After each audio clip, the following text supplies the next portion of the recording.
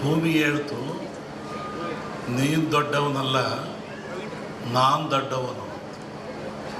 ಯಾಕೆಂದರೆ ಸಮುದ್ರ ಇರೋದಲ್ಲಿ ಭೂಮಿಯ ಮೇಲೆ. ಎಷ್ಟೇ ಸಮುದ್ರ ಅಗಲ ಉದ್ದ ಆಳ ಇದ್ದರೂ ಅದು ಭೂಮಿಯ ಮೇಲಿದೆ. ಅದಕ್ಕೆ ನೀನು ದೊಡ್ಡವನಲ್ಲ, ನಾನು ದೊಡ್ಡವನು. ಭೂಮಿ ಹೇಳ್ತು, ನಾನು ದೊಡ್ಡವನು. ಆನಂತರ ಅಲ್ಲಿ ಆದಿಶೇಷ ಇದ್ದ, ನಾಗರಾಜ ಇದ್ದ. ಅವನೇ ಹೇಳ್ದ, ನೀನು ದೊಡ್ಡವನಲ್ಲ, ನಾನು ದೊಡ್ಡವನು. ಯಾಕೆಂದರೆ ನಿನ್ನ ಹೊತ್ಕೊಂಡ್ರೋ ನಾನು. ಆದಿಶೇಷನ ತಲೆಯ ಮೇಲಿದೆ ಭೂಮಿ ಅಂತಾರೆ. ನೀನಂಗೆ ದೊಡ್ಡವನಾಗ್ತೀಯ? ನಾನು ದೊಡ್ಡವನು, ನಿನ್ನ ಹೊತ್ಕೊಂಡಿದ್ದೀನಿ. ಆಮೇಲೆ ಪಾರ್ವತಿ ಹೇಳಿದ್ಲು, ನೀವ್ಯಾರೂ ದೊಡ್ಡವರಲ್ಲ, ನಾನು ದೊಡ್ಡವಳು. ನನ್ನ ಕಿರಿಬೆರಳ ಮೇಲೆ ಆದಿಶೇಷ ಇದ್ದಾನೆ. ಸಾಗರ ದೊಡ್ಡದಲ್ಲ, ಭೂಮಿ ದೊಡ್ಡದಲ್ಲ, ನಾಗರ ಆದಿಶೇಷ ದೊಡ್ಡವನಲ್ಲ. ಇಲ್ಲಿ ಪಾರ್ವತಿ ನನ್ನ ಕಿರುಬೆರಳ ಮೇಲಿದ್ದಾನೆ ಆದಿಶೇಷ, ಅದಕ್ಕೆ ನಾನು ದೊಡ್ಡವಳು. ಅದಕ್ಕೆ ಹೇಳ್ದ ಪರಮಾತ್ಮ, ನೀನು ದೊಡ್ಡವಳಲ್ಲ, ನಾನು ದೊಡ್ಡವನು. ಯಾಕೆ? ನೀನು ನನ್ನ ಅರ್ಧಾಂಗಿ, ಅದಕ್ಕೆ ನಾನು ದೊಡ್ಡವನು. ಮತ್ತು ಕೊನೆ ಚರ್ಚೆ ಆಯಿತು, ಯಾರು ದೊಡ್ಡವರು ಅಂತಂದರೆ, ಪರಮಾತ್ಮ ಎಲ್ಲಿದ್ದಾನೆ?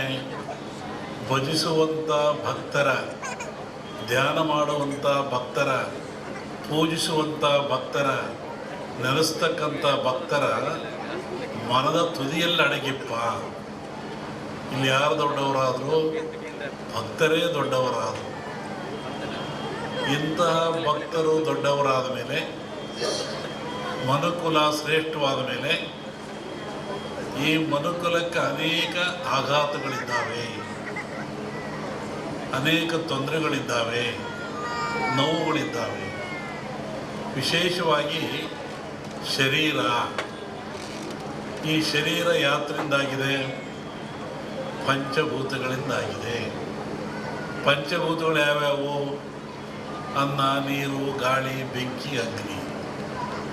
ಅದರಲ್ಲೂ ವಿಶೇಷವಾಗಿ ಅನ್ನೋತು ಪ್ರಾಣ, ಪ್ರಾಣೋತು ಪರಾಕ್ರಮ ಅಂದರು. ಅನ್ನ ಇದ್ದರೆ ಮನುಷ್ಯನಿಗೆ ಪ್ರಾಣ ಬರೋದು, ಶಕ್ತಿ ಬರೋದು.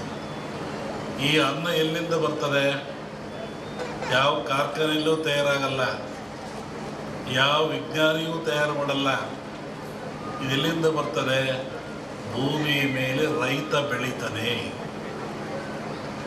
ಭೂಮಿಯ ಮೇಲೆ ಈ ಭತ್ತವನ್ನು, ಜೋಳವನ್ನು, ಕಬ್ಬನ್ನು, ಮೆಣಸಿನ್ಕಾಯನ್ನು, ಏನು ನಾವು ತಿಂತೀವಲ್ಲ ಆಹಾರಗಳು, ಎಲ್ಲವೂ ಭೂಮಿಯಲ್ಲಿ ಬೆಳೀತಕ್ಕಂಥದ್ದು, ಸಿಗ್ತಕ್ಕಂಥದ್ದು. ನಾವೇನು ಇವತ್ತು ಗಿಡಮೂಲಿಕೆ ಆರಾಧನೆ ಹೋಮ ಮಾಡಿರಲ್ಲ, ಇದೆಲ್ಲಿಂದ ಬಂತು ಅಂದರೆ ಗಿಡಗಳಿಂದ, ವೃಕ್ಷಗಳಿಂದ, ಬಳ್ಳಿಗಳಿಂದ ಇದು ಬಂದಿರತಕ್ಕಂಥದ್ದು.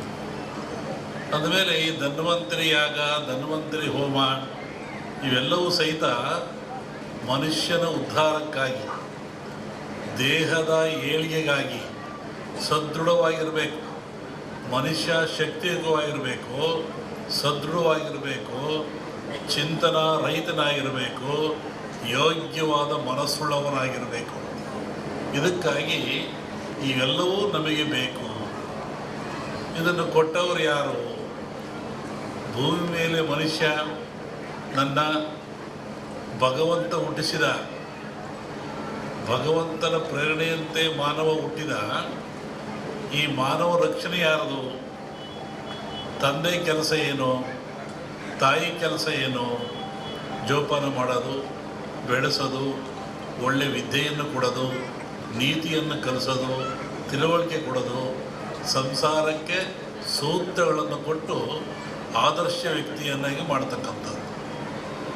ಇಲ್ಲಿ ಭಗವಂತ ಮನುಷ್ಯರನ್ನು ಹುಟ್ಟಿಸಿದ ಮೇಲೆ ಅವನಿಗೆ ಬೇಕಾಗುವ ಎಲ್ಲ ಸವಲತ್ತುಗಳನ್ನು ಕೊಡಬೇಕು. ಅವನು ಯಾಸವರತ್ ಕೊಟ್ಟ ವಿಶೇಷವಾಗಿ ಆಯುಷ್ಯು, ಆರೋಗ್ಯ. Wealth is lot, something is lot. Money is lot, something is lot. Health is lot, everything is lot. ಆರೋಗ್ಯ ಏನಾದರೂ ಕೆಟ್ಟರೆ ಎಲ್ಲವನ್ನೂ ಕಳ್ಕೊಳ್ತಾನೆ ಮನುಷ್ಯ. ಏನಿದ್ರೇನು ಆರೋಗ್ಯ ಭಾಗ್ಯ ಇಲ್ಲದೆ ಹೋದರೆ ಆಯುಷ್ಯ ರೇಖೆ ಇದ್ದೇನು, ಸಂಪತ್ತು ರೇಖೆ ಇದ್ದೇನು. ಆರೋಗ್ಯ ಇಲ್ಲದವ್ರು ಏನು ಮಾಡ್ತಾನೆ? ಏನೂ ಮಾಡೋಕ್ಕಾಗಲ್ಲ. ಹಾಗಾಗಿ ಭಗವಂತನ ಪ್ರೇರಣೆ ಇಂತಹ ಗಿಡಮೂಲಿಕೆಗಳನ್ನು ಮನುಷ್ಯನಿಗೆ ವರವಾಗಿ ಕೊಟ್ಟ. ಇದನ್ನು ತಿಂದು ನೀನು ಉಪಯೋಗ ಮಾಡಿಕೊಂಡು ಸದೃಢವಾಗಿ ಬಾಳು, ಆರೋಗ್ಯವಂತನಾಗಿ ಬಾಳು, ಭೂಮಿಯ ಮೇಲೆ ಸದಾಕಾಲ ಇದ್ದು ಒಳ್ಳೆಯದನ್ನು ಮಾಡು ಅಂತೇಳಿ ಇಂತಹ ಗಿಡಮೂಲಿಕೆಗಳನ್ನು ಕೊಟ್ಟ ಭಗವಂತ. ಇದು ಇವುಗಳ ಹಿಂದೆ ಹೋಗ್ತದೆ. ಸಮುದ್ರ ಮಥನಾಯಿತು, ಇಲ್ಲಿ ಬರೆದಿದ್ದೀರಾ? ಸಮುದ್ರ ಮಥನಾಯಿತು. ಸಮುದ್ರ ಮತ ರಾಕ್ಷಸರು ದೇವತೆಗಳು ಆದೇಶ ಕಟ್ಟಿ ಎಳೆದ್ರು. ಎಲ್ಲ ಬಂತು. ಲಕ್ಷ್ಮಿ ಬಂತು, ಐರಾವತ ಬಂತು, ಕನಕಾದಿಗಳು ಬಂದು, ವಿಷ ಬಂತು. ಎಲ್ಲರೂ ಹಂಚ್ಕೊಂಡ್ರು. ವಿಷವನ್ನು ಯಾರು ಹಂಚ್ಕೊಳ್ಳಿಲ್ಲ. ಆವಾಗ ಪರಮಾತ್ಮ ಕುಡ್ದ. ಆವಾಗ ಅವನಿಗೆ ಯೋಚನೆ ಆಯಿತು, ಸಕಲ ಸಂಪತ್ತೆಲ್ಲ ಕೊಟ್ಟುಬಿಟ್ಟೆ ನಾನು, ಸಮುದ್ರದಲ್ಲಿ ವಿಷವೂ ಬಂದುಬಿಡ್ತು, ಇದನ್ನು ನಾನು ಕುಡಿದೆ, ಇದರಿಂದ ಪಾರಾಗದೆ ಹೇಗೆ? ಬಹುಶಃ ಈ ವಿಷ ಈ ಜನರ ಮೇಲೆ ಹೋದರೆ ಏನಾಗ್ತಿತ್ತು? ಕಾರ್ಕೋಟ ವಿಷ. ಅದಕ್ಕೆ ಯೋಚನೆ ಮಾಡಿ ಈ ಧನ್ವಂತರಿಯನ್ನೂ ಕೊಟ್ಟ. ಈ ಧನ್ವಂತರಿ ಎಲ್ಲಿಂದ ಬಂತು ಅಂದರೆ ಸಮುದ್ರದಿಂದ, ನೀರಿನಿಂದ, ಸಾಗರದಿಂದ ಬಂತು. ಇದು ಆ ಒಂದು ದೇವತೆಯ ರೂಪದಲ್ಲಿ ಬಂತು. ನಮ್ಮಲ್ಲಿ ಕೇಳಲಿಕ್ಕೆ ಬುರುಳಿ, ಕಾಮತ್ತು ಎಲ್ಲ ಬಂದಿದ್ದರು ಈ ವಿಚಾರವಾಗಿ. ಕೆಲವು ಸೂಚನೆಗಳನ್ನು ಹೇಳಿದ್ವಿ ನಾವು. ನೀವು ಯಾಗ ಮಾಡುವಂಥ ಜಾಗದಲ್ಲಿ ವೃಕ್ಷ ಇರಬೇಕು, ಅಲ್ಲಿ ಒಂದು ಹುತ್ತ ಇರಬೇಕು, ಅಲ್ಲಿ ಒಂದು ಎಕ್ಕದ ಗಿಡ ಇರಬೇಕು, ಮತ್ತು ಸಮುದ್ರ ಪೂಜೆಯನ್ನು ಮಾಡಬೇಕು.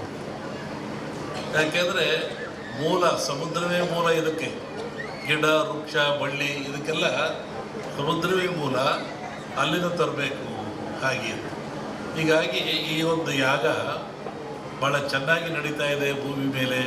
ಅದರಲ್ಲೂ ಈ ಕರಾವಳಿ ನಡೆದಿದ್ರೆ ಅತ್ಯಂತ ಮನುಕುಲಕ್ಕೆ ಆದರ್ಶವಾಗಿರ್ತಕ್ಕಂಥದ್ದು, ಪ್ರಾಯಶ್ಯವಾಗಿರ್ತಕ್ಕಂಥದ್ದು, ದೀರ್ಘಾಯುಷ್ಯದ ಗುಟ್ಟನ್ನು ನಮ್ಮವರು ಕೊಟ್ಟಿದ್ದಾರೆ. ಪ್ರಕೃತಿಯ ಗುಟ್ಟನ್ನು ಭೇದಿಸ್ತಕ್ಕಂಥ ಅಷ್ಟೇ, ಇನ್ನೇನು ಇಲ್ಲ. ಪ್ರಕೃತಿ ಎಲ್ಲ ಕೊಟ್ಟುಬಿಟ್ಟಿದೆ. ಅದರ ಗುಟ್ಟನ್ನು ಭೇದಿಸಿ ಮನುಷ್ಯ ಉಪಯೋಗ ಪಡಿತಕ್ಕಂಥದ್ದು, ಆರೋಗ್ಯವಂತನಾಗ್ತಕ್ಕಂಥದ್ದು. ಹೋಮಗಳಂದರೆ ಏನು? ಹೋಮವನ್ನು ಯಾತಕ್ಕೋಸ್ಕರ ಮಾಡಿ